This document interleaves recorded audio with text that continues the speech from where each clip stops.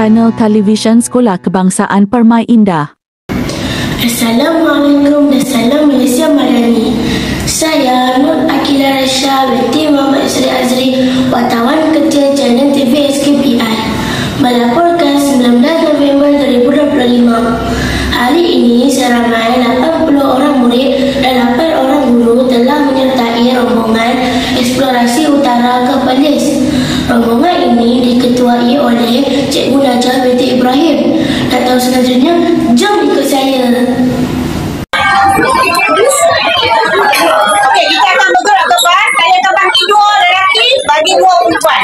Lelaki semua 36. Okey, kami sudah sampai ke stesen Arau Perlis dan akan bergerak menaiki bas ke Taman Ulang. Kami sedang dalam perjalanan menuju untuk menaiki bas.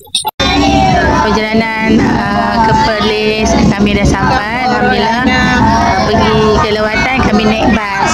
Okey, doakan perjalanan kami semoga selamat pergi sampai sampai. Okey, Assalamualaikum. Dengan baca doa naik kenderaan. Amin. Okey, kami sekarang sudah menaiki bas. Nak ke mana dulu? Ke Perlis. Bye-bye. Kami sekarang sedang berada di dalam museum melihat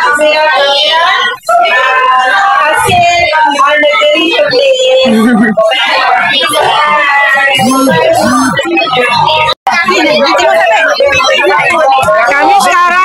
Kami sekarang sedang berada di Kampung Y dan akan menaiki bot. Menaiki bot bersama-sama dengan guru. Beratur nak naik bot.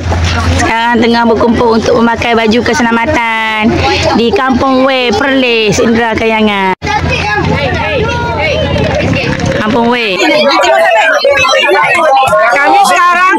Kami sekarang sedang berada di Kampung Y dan akan menaiki bot. Menaiki bot bersama-sama dengan guru.